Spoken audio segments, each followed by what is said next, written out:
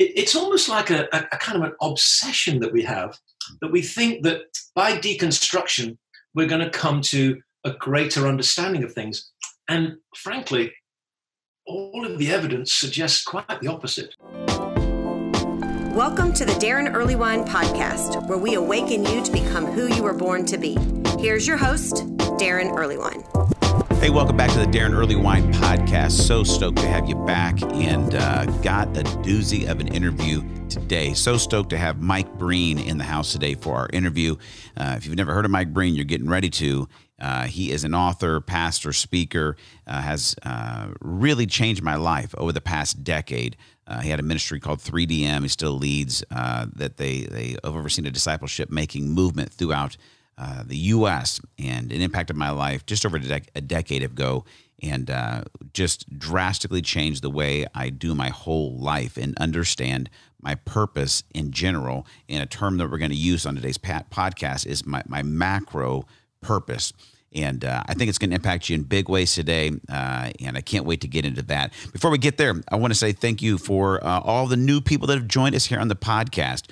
We've been averaging about 100 new people a week, which if you're a huge, big-time, podcast, and you're getting 8,000 downloads a week, then you're like, oh, small potatoes. But for us, it's super, super meaningful. And so I want to thank the 100 people that have joined us this week or the past week.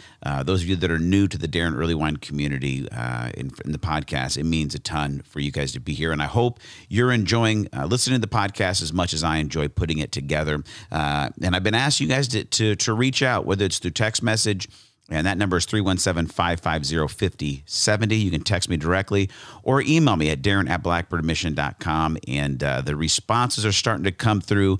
I want to thank you guys for reaching out. And I tell you what, this past a couple weeks ago, I guess it would be, we released an episode with Heather Simple, and this episode blew up. And the feedback we're getting has been huge. I want to thank Kyle, a listener, because he's a podcast newbie. And he said he's been following our ministry at a distance for quite some years, and about 10 years ago. And then he started getting some of our emails we've been sending out. If you want to get on our email list, you can do that by just emailing me, or you can also do it by going to blackbirdmission.com or to darrenearlywine.com, and you can get our weekly email. But anyway, Kyle's been getting the emails, so he decided to check out the podcast. And he said when Heather hit the quote, and she said, "Who were you before someone told you who you weren't?" He said it was absolutely a mic drop moment for him. And we got that same sentiment from tons of people that reached out to us after that podcast episode went out with Heather Simple.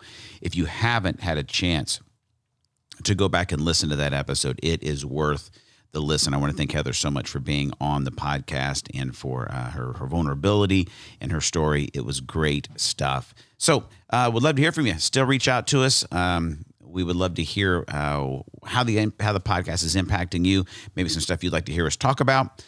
Guests. Maybe if there's a guest who would say, you know what, I would love for you guys to interview fill in the blank. Let us know that, and we'll chase that person down, see if we can't get them on the podcast. And we would really appreciate that. The other thing is, if you know somebody who's a podcaster and maybe they're looking for guests, and you think some of my content would be helpful to their audience, reach out to us and maybe connect the dots. We're always looking for an opportunity to connect with new friends and content creators all around the world. So we're talking about Mike Breen today. And here's the question I want to ask you is, what's the payoff for following Jesus? What's the payoff? And I think when we think of that, we may not say it that way, but if we dig down below the surface a little bit, all of us at least started out with a reason that we decided to begin following Jesus. And it was a thought of that if I do this, I'm going to get this out of it. And so that's what I mean by the payoff. So what is the main payoff for following Jesus? And Mike's going to take us through a journey today to help us get our mind around that. And I think you're going to enjoy it. And I think some of the main ones, right, that you may identify with, you say, you know what, a lot of people start following Jesus because they don't want to go to hell. And that's the way it's presented. Like, listen, if you don't know Jesus, you go to hell. And they're like, well, I don't want to go to hell, so I guess I better follow Jesus. And so the payoff there is just not go to hell, which I don't want to go to hell either. I'm glad I follow Jesus, so I'm not going to. But here's the deal. That is most of the time in our brain, something that we foresee that is going to happen way down the path of life. I could die today. I hope I don't, please, Lord Jesus. But in my brain, I think I'm probably going to die somewhere in my 90s, maybe. Okay. And so the thought of I follow Jesus so I don't go to hell, but it might not happen until I'm 90, then I'm not left with a lot of understanding of the purpose or how it makes any difference today because I didn't get into it. I didn't enter the relationship for what I can do and walk with Jesus today. I got into it for what he could do for me forever. That's a modern day today disconnect that keeps me from living in the purposes that God has for me. Some of us, right, we follow God because if I do, God will do what I want.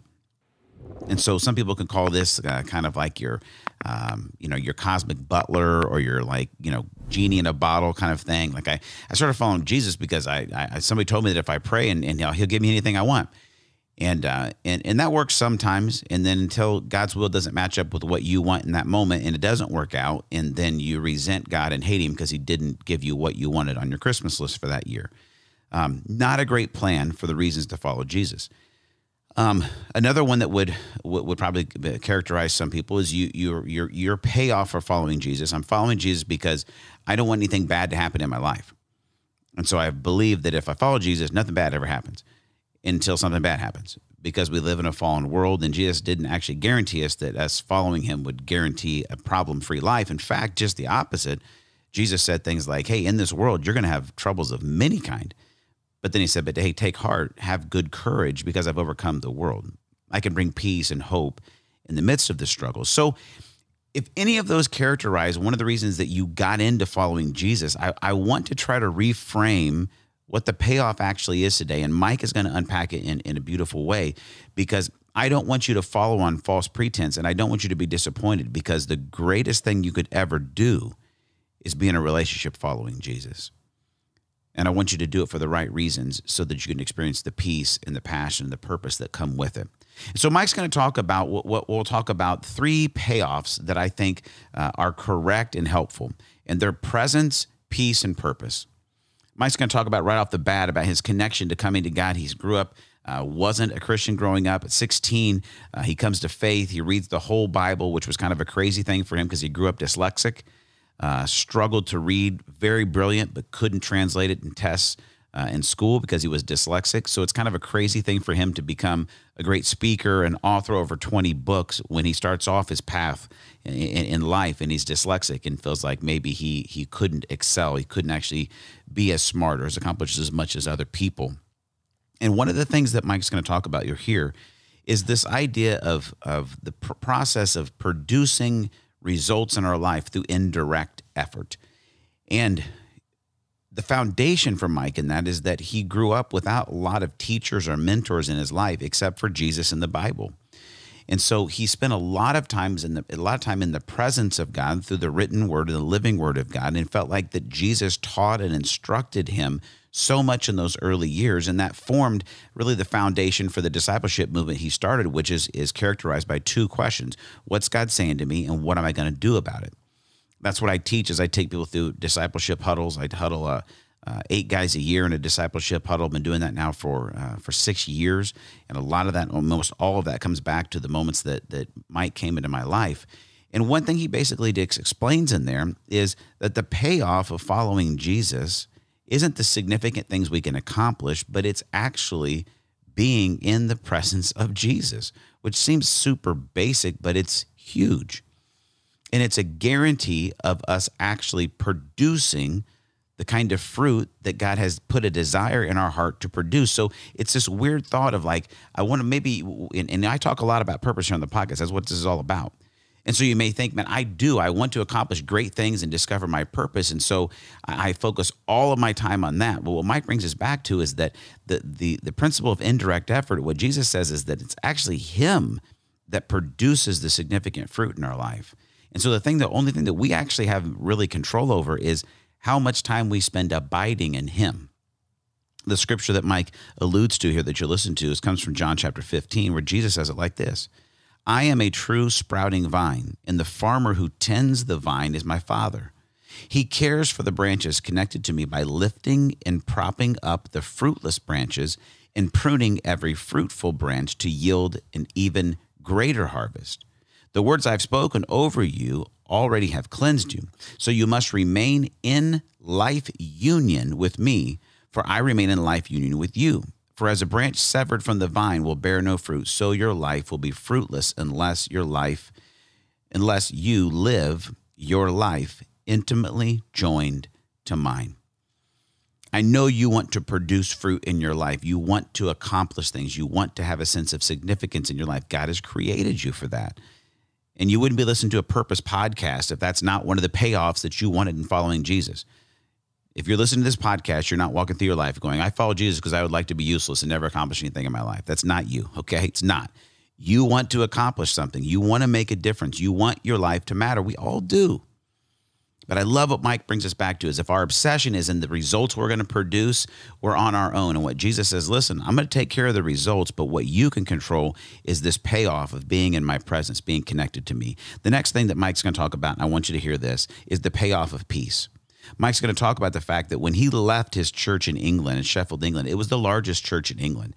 He had done it. He had accomplished it. He had done big things. And what he could have done is stayed there, made the salary he was making, had all the notoriety and all of the fame that was coming from that, and just kind of milked that for the rest of his life. He could have written his books. He could have done a lot of things, but been the pastor there in Sheffield, England. People could come and they would have conferences and everybody would think that Mike Breen was so great and he could show off his accomplishments. But what does he do? He resigns and he leaves the country. He goes all the way across the pond to America to start this ministry of 3DM, to replicate some of the discipleship models that they had there. And I don't know if you've ever had a great accomplishment in your life or spent years building something, but to walk away from that which you've built, a vision that you felt like you had from God, is unbelievably difficult. And Mike's going to talk about he was able to do that. And then he briefly talks about the fact that a couple of years ago, he walked away from leading 3DM the way they were leading it to what he's doing now. And when I ask him what allowed him to have the courage to make those big moves, he says it was the peace of God. He'll talk in there about Colossians 3, where it says this, let the peace of Christ rule in your hearts, since as members of one body, you are called to peace and be thankful. I love the way the Passion Translation says it. Let your heart be always guided by the peace of the Anointed One, who called you to peace as a part of his one body. Mike's going to unpack a way that word peace is used and what it means. You're going to really love this. But here's the thing I want to pull out for you here and see. As I've said this before, if you want to listen to the voice of God, you want to know what is God saying to me. All you got to do is read the Bible out loud, and you're going to know this is the voice of God. This is what God's saying. Listen to what God is saying is true about you here. Okay, He's saying that you are called to peace as members of one body, right? Let the peace of Christ rule in your hearts because you were called to peace. If you want to know what your calling is, I'm listening to your podcast because you keep saying, God created us on purpose and for a purpose, and I want to live a life worthy of the calling that God's placed in my life. Here's what it is. God has called you to peace.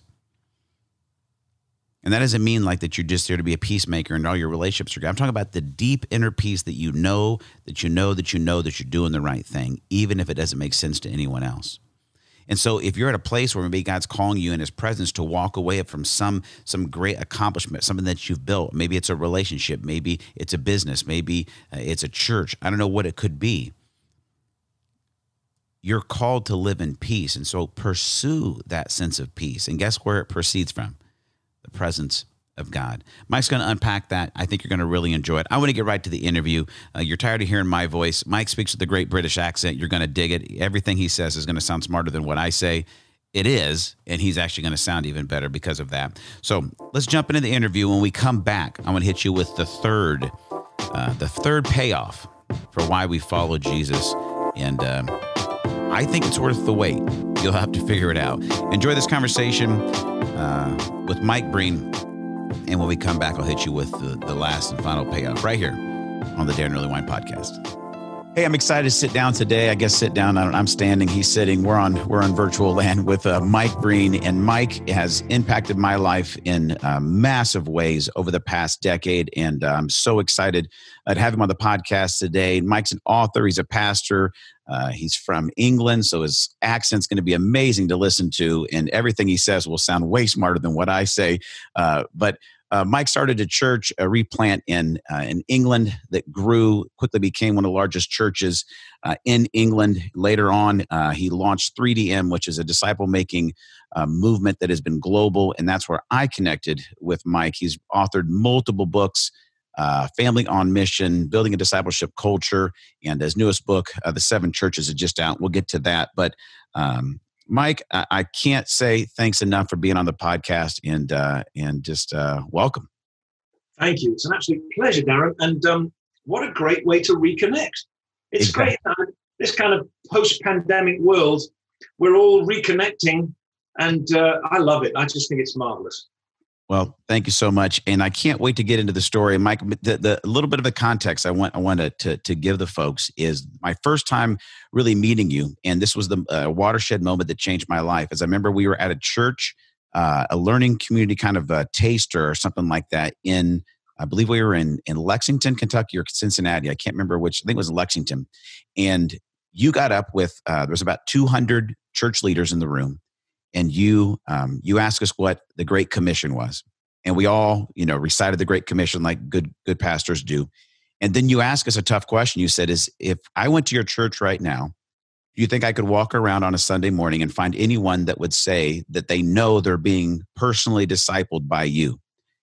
And I think there were two guys in the front row that got real brave and raised their hand and said yes. And so there was 198 that couldn't raise their hand. And two that did. And then you said, okay, guys, remind me again what the Great Commission is. And obviously it's to make disciples. And in that moment, that changed the trajectory of my life in a major way over the past decade, Mike, because it helped me get to terms with the fact that so often we're forgetting our roots of what it actually means to follow Jesus and make disciples. And so what I want to jump into today is for one, just to say thank you for the way that impacted and shaped my ministry, my life. But I want to be able to just seed our conversation in your journey to get to the place where God brought you to that kind of epiphany and that kind of understanding in your leadership. And so if we were to go back and find Mike Breen as a 8-year-old in England and tell him that he was going to do what you're doing right now, was that in the cards for you as a 8-10-year-old kid in England? No, absolutely not. As an 8 and 10-year-old kid, I couldn't read. I was, they didn't really know what dyslexia was back when I was a kid, but I was dyslexic. It meant that I was deeply frustrated at school. Whenever they did intelligence tests, I was one of the smartest kids. Whenever I did an examination, I was bottom of the class. And so it was a deeply stressful time for a little kid like me. And it wasn't really until I was about 15 that the thing that happens in some dyslexics' brains, which is that they kind of get reorganized and they develop some kind of compensating neural network, that I suddenly made these leaps forward. And it was around that time, funnily enough, that I encountered the Bible for the first time. I'd never read a book from cover to cover. I decided that this was a book that was worthy of that. And it was an American teacher in England who gave it to me. And it really was just by reading that I came to know the Lord. So it's been an amazing journey for me, because I came out of just a happy pagan English background, the average British background, which is, there's some reference to God in some way or another, but there's no Christianity. And then suddenly, through reading the Bible, the Lord spoke to me personally, directly. I assumed that God would still do the things that he did in the Bible, like speak to people directly, and I found that he did. And that really was the beginning of an amazing journey. So how old were you when that happened, Mike? I was 16 when I read the Bible. I was just turning 16. So 16, it was a summer vacation, and I just kind of dived into it. Did you have any peers, or was there any, I guess, mentors or people around you would say that helped you understand, like, hey, God can speak to you? And once that started happening, like, what was that mentorship, or who did you kind of follow in that process? There was nobody. And the American teacher was there because her husband was doing something in the University of Manchester. She disappeared.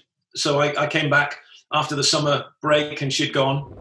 And there were no Christians that helped me read the Bible. The Bible itself had a little reading plan in it. It was one of the first modern translations. It was the Living Bible. It had a little reading plan in the back, so I just followed that. And it was very clear to me that God was speaking to me directly. And as I grew through those months, the thing that I did was just ask one of the teachers who I knew was a Christian, where did he go to church? And so I just went to his church. and I was in seminary in 2 years. So I was 16. I went to seminary at 18. Can you imagine? Wow. And that was a pretty speedy launch for a young guy. So much of our roots do shape, our imagination and the way that we, engage in a relationship, with Jesus. And I just wonder, do you feel like maybe some of it, the fact that you did discover basically the Holy Spirit in the Bible, laid a foundation for what you began to do in teaching people that you really can be discipled by Christ? I mean, if you'd come through a super structured, programmatic type of, mega church, experience, do you think you would have had the imagination to step into what you've done over the past 20 years? I mean, I don't know. The reality is that the kind of meme of the discipling movement these days, what is God saying to you and what are you going to do about it, is basically my testimony. So that testimony of God speaking to me in my heart as I'm reading the scriptures, and then me asking myself the question, so what am I going to do about that? That literally is my testimony that has now become mimetic in the sense that I've shared it with who knows how many hundreds of thousands of people. And, that little meme, like all good memes, is no longer associated with me. It just goes off now and it's doing its own thing. It's got its own ministry. Which is beautiful. It is beautiful, yeah. Mike, one question I have, I guess, is, and this is more about application of this principle than it is, you stepping into your sense of calling. So I don't want to get out of order, but I think it's intriguing that when I came in contact with you 10 years ago, like I knew, like I said, I knew what the Great Commission was, and I had been in, pastoring for 10 years at that point. But it's just the application of like, yes, we actually go and gather people and make disciples was just not something that we were necessarily doing. We were obviously we were trying to do that, but why do you think it's still a situation where either churches don't, or specifically why we as disciples of Jesus see that as impossible, or see that as something that only the really mature people do? Why do we so still lack an imagination to actually do the exact thing Jesus told us to do as far as making disciples? I mean, it's a huge question, Darren, but I would say some of the fundamental reasons are that we have been more influenced by the Enlightenment than we would ever imagine. I mean, America is a post-Enlightenment experiment. And because of that, all of the elements of Enlightenment thinking are in the fabric of how we operate. And so we genuinely believe that the basis of discipleship is information and the acquisition of information, and then the communication and transmission of information.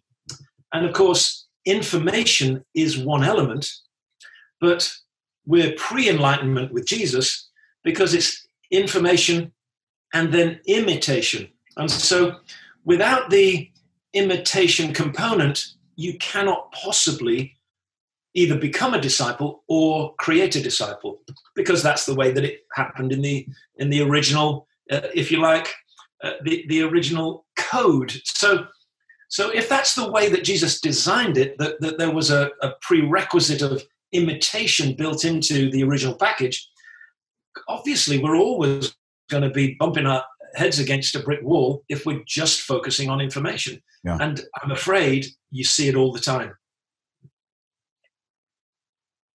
So if that's the case, you went to seminary as an 18-year-old, then before you know it, you're pastoring a church, you're following, I'm guessing, some of the same structures that people had, and you're seeing this grow, you're seeing it begin to explode.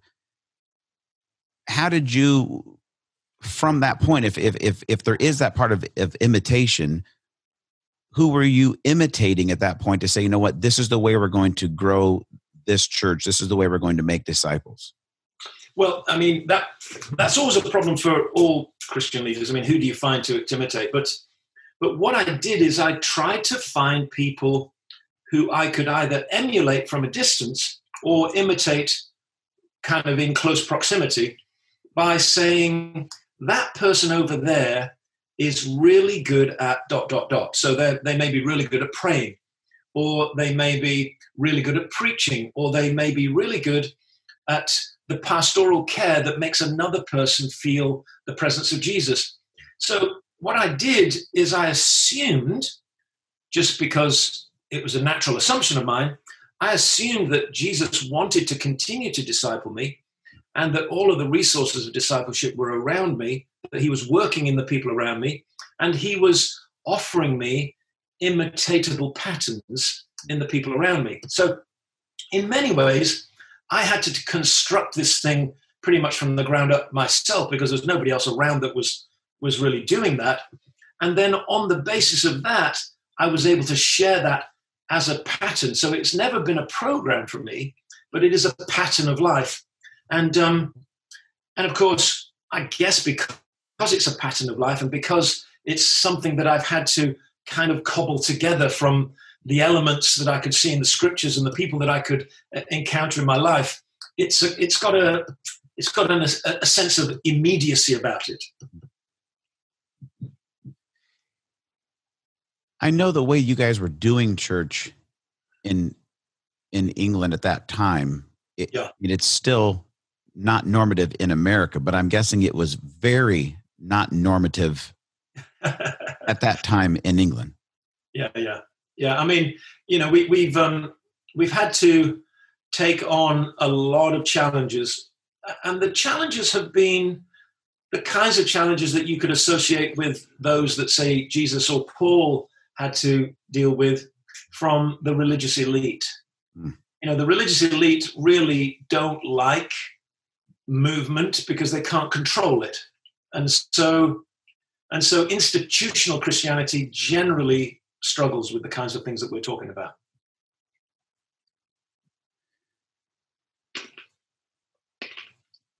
As you guys grew the church, Mike, you got to a place where you took a huge risk, which was to step out of the local church ministry, and you had success, you had significance, you had probably all the things that a lot of people in your field would be like, man, this is when you've really arrived, right? This is the brass ring, you're doing it.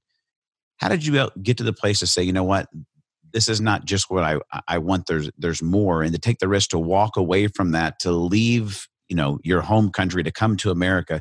Take us into that story, because I think so often people get caught up in thinking that success is the ultimate thing I'm looking for. And they can obviously, I think, sometimes be almost intoxicated, right, by the success of it, and get confused and lose where God is really leading them. And especially, I think, if they're in the younger side of their leadership journey and as they're walking with the Lord. Take us through that. How did you get to the point where you were able to walk away from that and step into that next journey with God? Well, of course, if you immerse yourself in the text of Scripture, and particularly in the arc of the narrative of Jesus with his disciples, then there's a beginning and an end. It's not something that just continues ad infinitum. And the beginning is the invitation to discipleship, And the conclusion is the challenge to go and multiply the discipleship. And so I began to hear the Lord very much within that sense of the narrative of our lives saying to me, well, you've raised up the next generation of leaders. When are you going to give them the church? And of course, that's I think, an entirely legitimate question for Jesus to ask somebody, because it's not my church. And so that was the question that I wrestled with, that my wife wrestled with. And over a period of about a year, we came to the conclusion that Jesus was definitely saying that for us to live an authentic life of discipleship, we had to give away the ministry that we had grown and developed to the disciples that we'd made.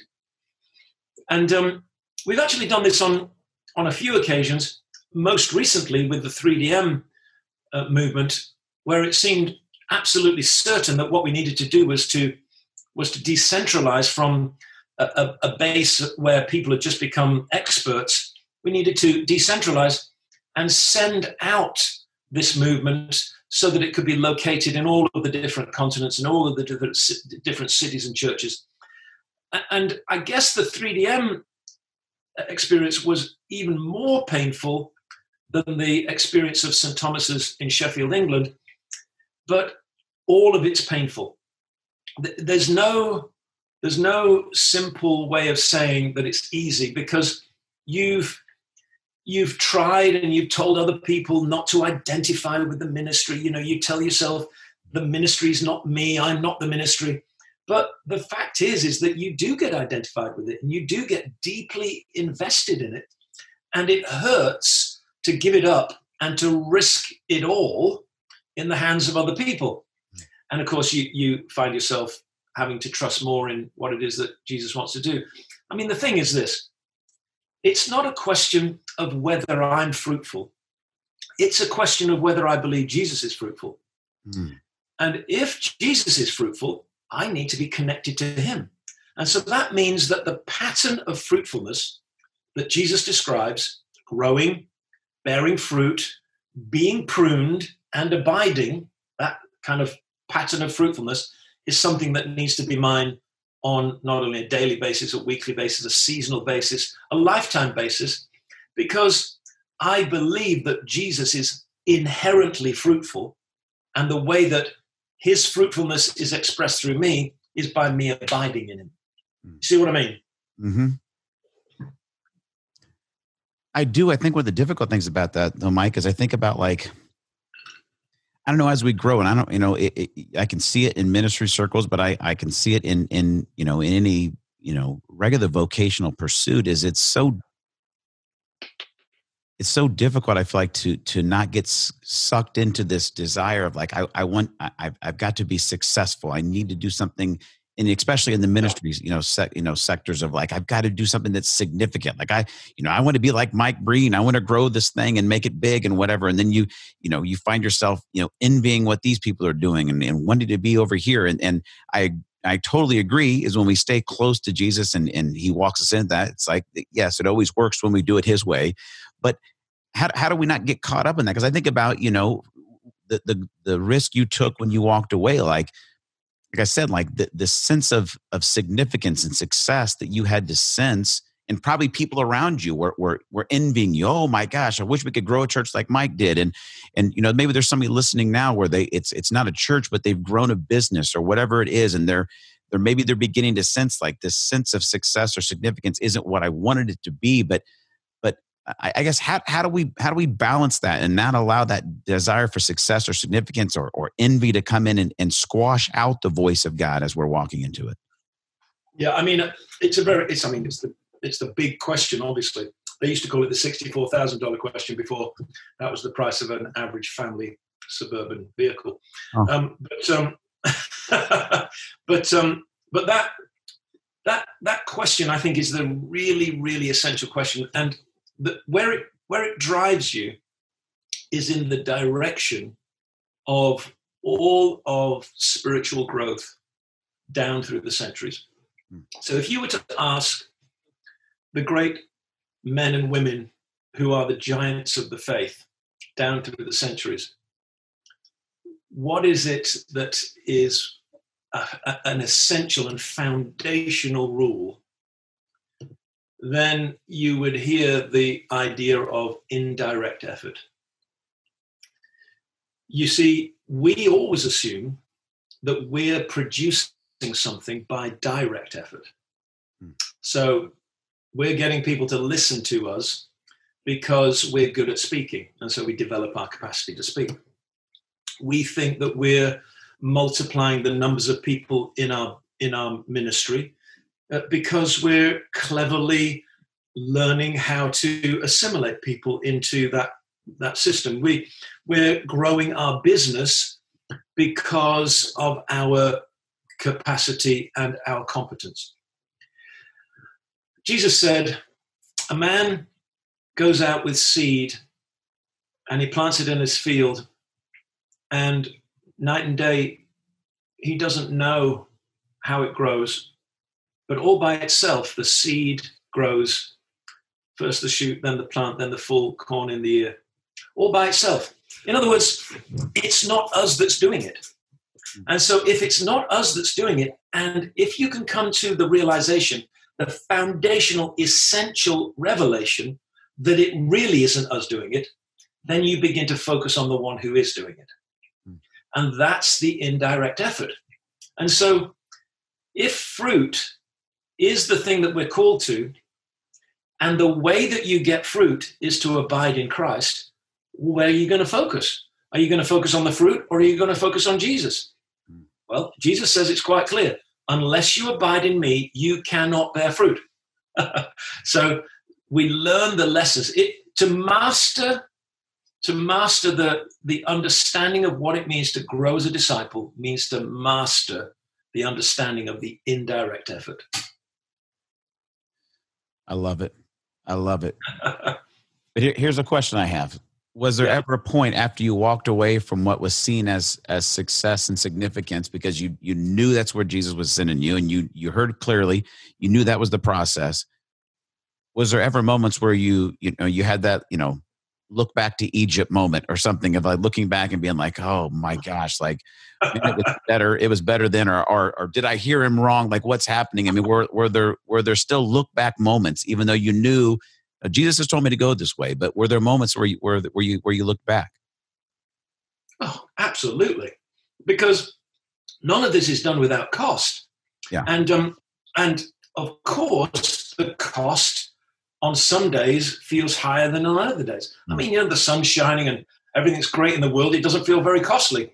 But then the bills come in and you can't pay them, and you're thinking, oh my goodness, what have I done? I've given up all of that source of income. Why the heck would I have done that? And then you start feeling sorry for yourself and all of that. So, of course, all of the same temptations at trials that are common to everybody are common to you and I. But in the end, there is a payoff that is incredibly more valuable and significant than anything else. And that is this thing that Paul talks about in Colossians chapter 3:15, when he talks about, he uses this word in Greek, brabeno. It's the word for referee or arbitrator. And he says, let the peace of Christ brabeno in your heart. In other words, there's peace in your heart personified, obviously the Holy Spirit, personified, holding a whistle, and he is giving you indication that you should just keep on playing or that you should stop. Having a sense of peace that governs and guides you, I mean, that's, ask people today whether they want peace in their heart in the midst of this, I mean, shockingly chaotic and anxious world that we're in. Yeah.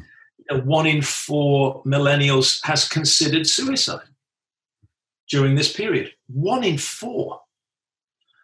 40% of the American populace has struggled with clinical depression over these last 8 months. I mean, we're talking about an epidemic of an entirely different kind that is predicated on just no peace in our hearts. And so I think the payoff of peace, governing and guarding us and blowing that whistle when we need to stop and encouraging us to keep playing the game when we need to do that, I think that's amazing.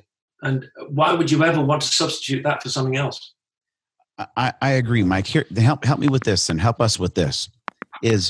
I feel like one of the things we talk about a lot here on the podcast is that we believe that God has made people on purpose and for a purpose. And I feel like that's absolutely true. And we want to help people. We take people through our spiritual DNA course and help them discover, their calling, and we take them through, Ephesians 4 to find out their voice in the kingdom.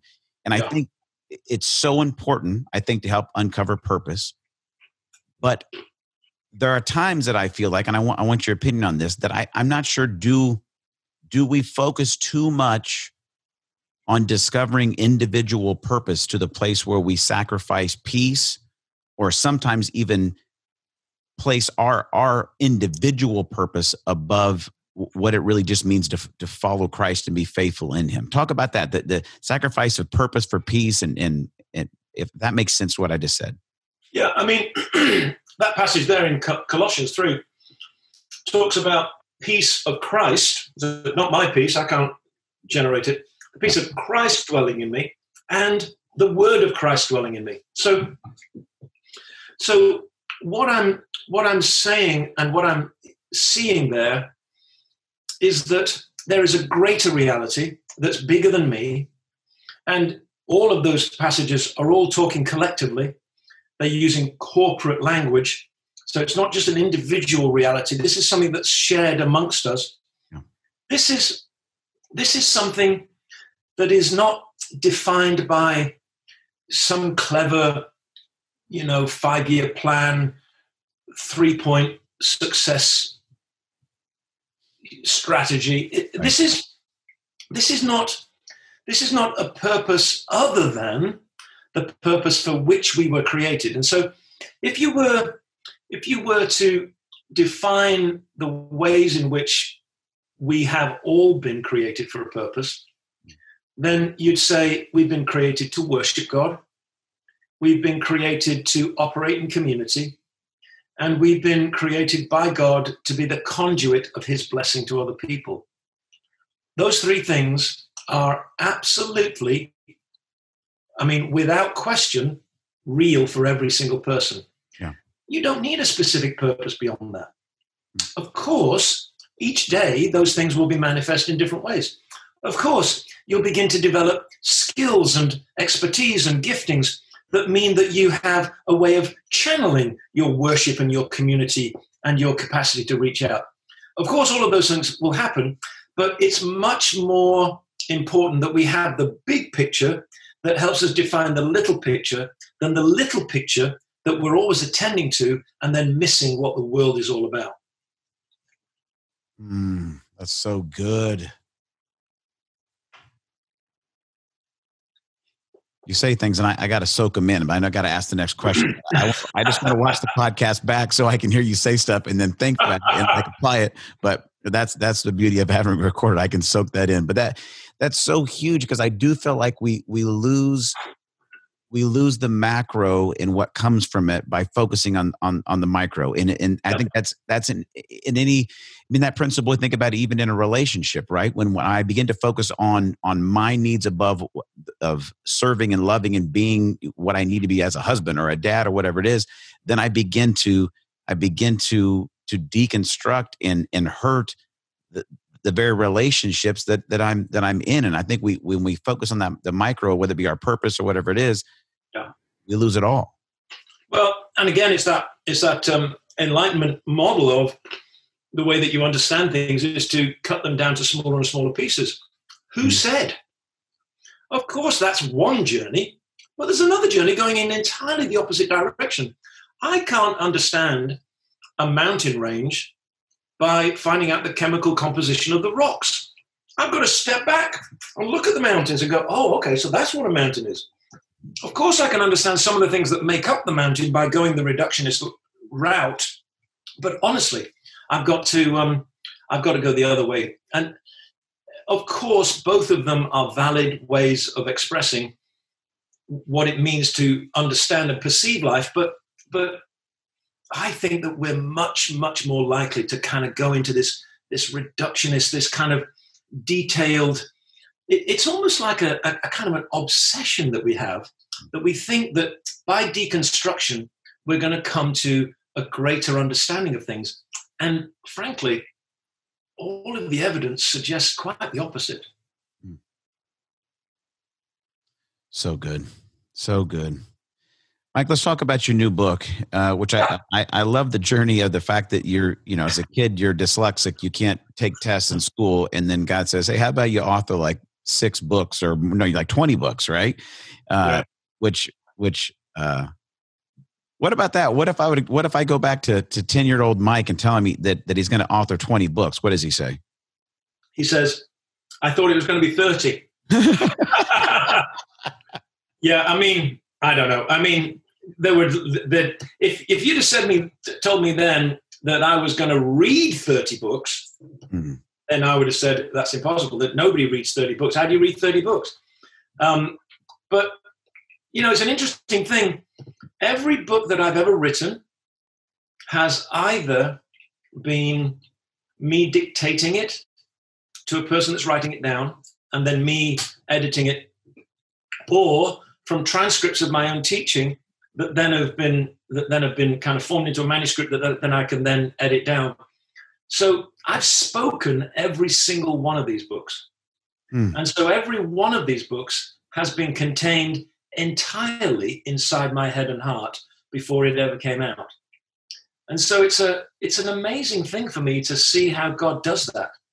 I mean, I don't know even what that is, but it's the way that he works with me. And it's, you talk about, that reference to Ephesians 2:10, where we've been created in Christ Jesus for good works. Well, I hope that the books are good works, but he's created me in a particular way that makes it possible for me to do that, which is kind of cool, I think. Well, I love it, Mike, because for me, I have aspirations to write a book at some point, but I can speak usually really well. I'm gifted in that. But when I sit down to type, it's like a different part of my brain takes over, and it's not a good part of my brain. Like I'm like, how do you spell cat? Like it gets really bad. And it's so encouraging for me to hear you say, like, listen, like even stepping into the unique calling that God has for you and the impact that your books have made, like your writing has literally transformed my life and how I engage in mission and discipleship in my own life. But to know that for you, because of how God's created you, you speak those in, you do them in unique ways. And I think people need to hear that, because they may feel like because of these limitations or because I can't do it the traditional way, whatever that would be in whatever industry it may be, then God can't have that for me. But I love the fact that you've done it in a unique way to you, because it gives me an imagination and an encouragement to go, I don't have to be like everybody else. I just need to follow into what God's doing. Absolutely. And I love that book recently produced by Malcolm Gladwell called David and Goliath. And he talks about all of these so-called weaknesses, these so-called David kind of identities that we think mean that we're definitely going to lose. And one of them is dyslexia. And he talks about dyslexia. And of course, all my kids are dyslexic because they tend to pick up on the father's line. And so I bought that book for all of them just as an encouragement. And they've all been incredibly successful, my kids. But instead of seeing these things, there are genuine disabilities that people have, but some things, like our mental landscape, they may actually be a feature of creation that is yet to be fully realized, kind of fully embraced in some of us. And I bet you, Darren, you could, if you just did a quick outline and you started to just say what you thought that outline was about, and then all of these when I started doing this, there were no transcription apps. But, you could transcribe it. You could write a book in a few months. Easy. Well, you know what makes me think about that? I know this podcast is not about me just getting to talk to Mike Breen, although I'm really happy that it's happening. But, Mike, one thing that I think about in that moment is whenever I'm stepping into, and I know that God has that's one of my gifts to communicate. And it's is one thing that I notice in it is when I'm communicating just voice to voice or through my voice, Yeah. I know that it's not me. I know that God is using me and equipping me and empowering me in those moments. What I feel like is when I try to type and I try to write is I'm trying to be something I'm not, or seem smart, or seem like I know where commas go in sentences and stuff like that, which I don't. But it's my own strength. And there are so many people who are great at that. So why not just transcribe what you're saying and let somebody else do it? Just go ahead and do it. Yeah. And when I would get done, I know I would feel like this is a gift from God, not something that I manufactured with my mind and my fingers, you know? All right, I'm going to do it. That's okay. That's enough about me. Let's talk about you. Man, how about this? I'll write a preface for you. How about that? Well, all right, Mike. We can't. I try not to cry on the podcast, but you can't say you're going to write a preface for my book that I'll speak in, because now all of a sudden we're in some kind of prophetic land of awesomeness. So here's the new book, then, Darren. Okay, let's talk about it. Well, the back cover says this: John, the last of the 12 apostles, was isolated, alone, and in lockdown. The churches were unable to gather and under enormous pressure as they struggled to function in their households. Into this situation, Jesus, the glorious ascended Son of God, stepped into John's prison and walked among the churches, bringing hope, challenge, and guidance. Surely this is what we need today. So in other words, there is a time when the church was in lockdown and the leaders were in lockdown, and there was massive levels of anxiety. And Jesus addresses the church in that situation. And we actually have it in the New Testament. Imagine that. So I felt like I needed to get this material. I taught it on a number of occasions. I was able to marshal that. I was able to transcribe that, do the thing that I'm talking about now, kind of get it into a text that worked. And I think it's turned out to be great, to be honest with you. So that's really the point of the book. The book is, what's it like to be the church in a time of crisis? That's the subtitle for the book. What's it like? And how does Jesus equip us to be that? So necessary, because I feel like what we've seen so much in the past, since March, right, is that once so many people couldn't get together and do church as has always done it, they had no idea what to do or what that looked like. Sure. And here's Jesus walking amongst the churches, not church buildings, but churches, people, and speaking to them, and talking to them, how he sees them, how he understands them, how he wants to grow them and develop them. It's amazing. I love it, Mike. I can't wait to get into it. It's so appropriate for right now. And I feel like there's always those moments. I talk about this a lot, and I probably stole this from you, I'm not sure, but that we just get stuck to where we have such a deficit of imagination. It's not that we wouldn't follow Jesus. It's not that we don't want to. We just get to a place where we hit that ceiling of imagination. I've never seen it. I can't imagine it different than it is. And so we stop. And I'm excited to read the book, because I know it's going to be moments that's going to expand people's imagination to what it really means to follow Jesus in a time right now where maybe they've never seen it. They can't imagine what it looks like in this context. Exactly. If you tell me your address, I'll send it to you, Darren. How about that? I'd love it. Mike, I can't say thanks enough. Such good content. It's a joy to talk with you, to see you again. And if I get talking this book in, I'll send you the rough draft, and you I'd love that. Make good on that preface, preface promise. We recorded it, so now I know him. I got to hold it. Oh, I promise I'll do it. And thanks for bearing with me. This is the time of day when English people have afternoon tea. So I've been drinking my tea and I've been eating my cookie. We call those biscuits back home. And so I hope that's not distracted anybody, but I thought I may as well do the thing I normally do. I like it. I love it. Mike, thank you. Can't wait to read the book, and we'll share some of the content with our audience. So it means the world. Appreciate it, brother. Thank you, brother. It's great to see you. And we're back. Oh, Mike's sitting there in his office drinking tea and eating a cookie, which he called a biscuit, because that's what they call it in England. Are you kidding me? Right? A biscuit? He's having a biscuit and tea because it's biscuit and tea time in the afternoon. We don't have that in America. Like, I just wish I had something where I could say that. Like, if I was on a podcast with somebody, that if it was like 2 PM, I'd be like, hey, don't mind me. Here in American culture, this is the time we do this thing. Like, that is the time I usually drink coffee because I feel like taking a nap at some point. But I mean, we don't really have anything. In Mexico, right? They have afternoon siestas, which is great. Like, how did we miss out on cool afternoon stuff here in America, right? British, I have a tea and crumpets, or not a crumpets, whatever, biscuits, whatever. And it just it looks cultured. It looks so good. Like, of course you would have a glass of tea and some cookies at 2 o'clock in the afternoon. Why not? What are you, a crazy animal? No, you're just an American. You have no traditions like that. Like I said, or a siesta. We drink a bunch of caffeinated beverages. You're going out and drinking a Bang, right? Sorry, laugh track for that one. Have you heard of Bangs? They try to make them healthy. They're not healthy. You know what the Bang is? It's your heart exploding. You're going to die if you drink Bangs, okay? Don't do that. Don't be an American and drink Bang. Unless, Bang, you would like to sponsor the podcast, and then I would gladly just pound a Bang right here on the podcast platform. Anyway, enough about that. Let's get back to what we're talking about, not Mike Breen and biscuits. The purpose, the payoff of following Jesus, right? So it's his presence. Obviously, Mike was talking about that. It's the peace. But the last one I want to hit is that it is purpose. The payoff of following Jesus is living a life of purpose. And I was stopped in my tracks when Mike started talking about the macro purposes of humanity.